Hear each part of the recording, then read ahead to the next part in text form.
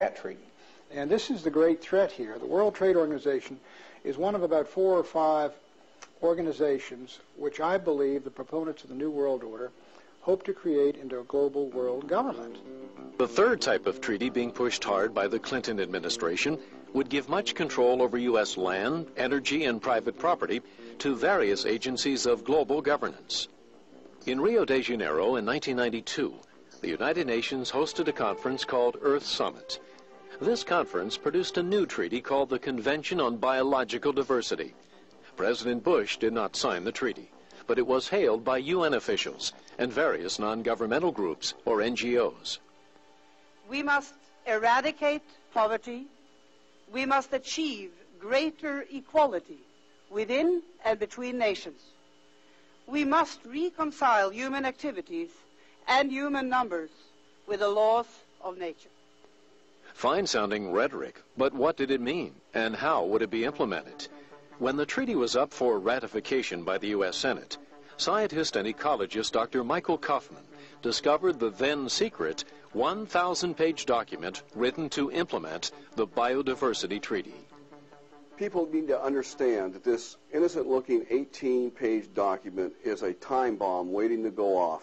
The document calls for literally reducing the human population by as much as 2/3 to 3/4 in the next 30 to 50 years. It could set aside up to 1/2 of the American landscape into wilderness areas interconnected by wilderness corridors, all surrounded by human buffer zones in which human activities are highly regulated. Dr. Kaufman's maps are based on United Nations documents. Red areas represent core reserves, land where little or no human activity would be allowed. Yellow areas represent human buffer zones, or areas where human activity would be highly regulated. Normal activity would be allowed only in the blue zones. And how does the UN plan to enforce this control? By establishing a regulatory system that would literally control every process that we would have, whether or not we can develop an area, build a building, farm a tract of land, conduct forestry practices, grow beef on the rangelands, whatever. That is very, very clear in these United Nations documents that they want to set up a regulatory structure that would affect every man, woman, and child on planet Earth, and all of the control would be headquartered in the United Nations. And if we take the more recent United Nations documents, it's going to be called the Trusteeship Council in the restructure of the United Nations that's occurring right now. In addition, UN biodiversity plans call for limits on human consumption, land use, transportation, energy, and population. In order to protect biodiversity, we would be required to get rid of fertilizers and cut food production in half, to drastically restrict our use of automobiles, fuel, refrigeration, air conditioning, and meat. Just 2 days before the U.S. Senate was scheduled to vote on the Biodiversity Treaty, this new information came into the hands of Jim Jatras and other members of the Republican Policy Committee. The Biodiversity Convention was on a fast track to ratification. It looked like a sure deal. Only late in the process did it become apparent to us that the vagueness of the convention, things that would be ratified and defined after the fact, were really to be found in other documents, like the Global Biodiversity Assessment, the Wildlands Project, things that we never heard of in the official context of the documents we were provided. Through various channels, we were finally able to get a hold of these documents, bring them to the attention of the Senator's office, and assemble the 34 votes necessary to defeat this convention if it were to come to the floor. The Biodiversity Treaty was not ratified by the U.S. Senate, but later President Clinton did sign it, and it is the favorite project of Al Gore, as set forth in his book, Earth in the Balance. Many of the treaty's policies are now being implemented through the State Department's Man and the Biosphere program and President Clinton's Council on Sustainable Development. And the Man and the Biosphere program, as revealed in the U.S. State Department documents as well as UNESCO documents, clearly show that the Man and the Biosphere program actually is the first step in implementing the Convention on Biological Diversity. And there are 47 of these Man in the Biosphere programs around this nation that occupy about 51 million acres of U.S. soil. So it is very actively and aggressively being pursued by this current administration to implement the provisions of the Convention on Biological Diversity, even though it has not even been ratified. Another treaty designed to grant control of American property to the United Nations was ratified by the U.S. Senate back in 1972.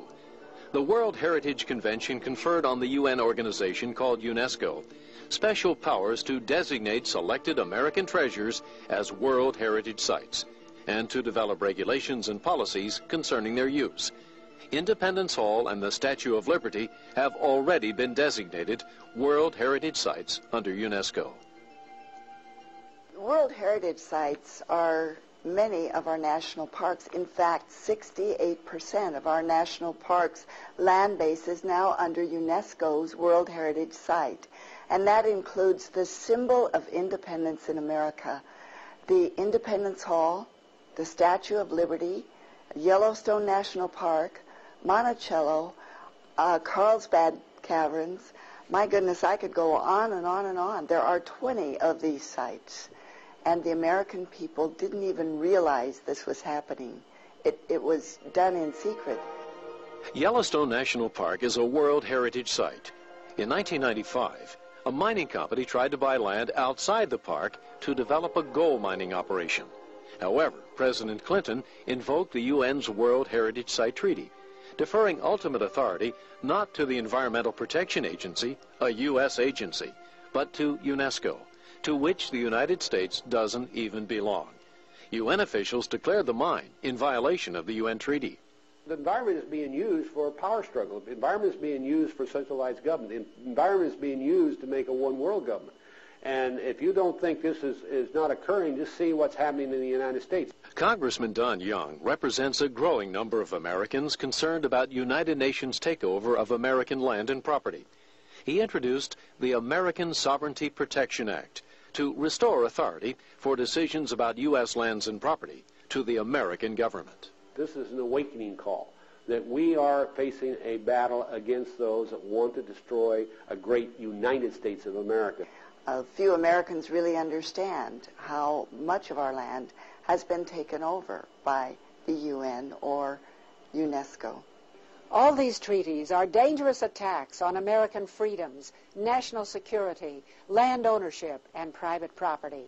Every one of these treaties involves setting up a new global bureaucracy that would have some kind of obnoxious control over American citizens, or our families, or our schools, or our businesses, or our use of natural resources and energy, or our land.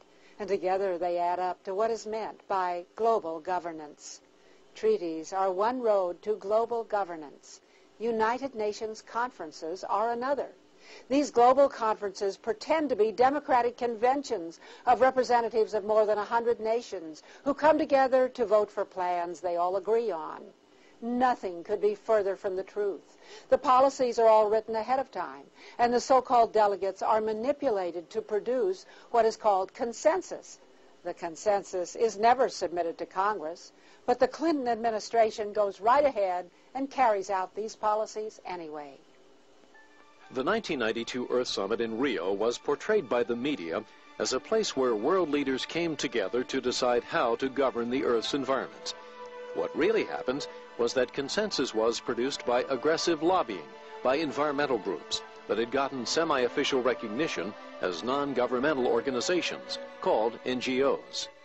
Canadian journalist Elaine Dewar attended the Rio Earth Summit.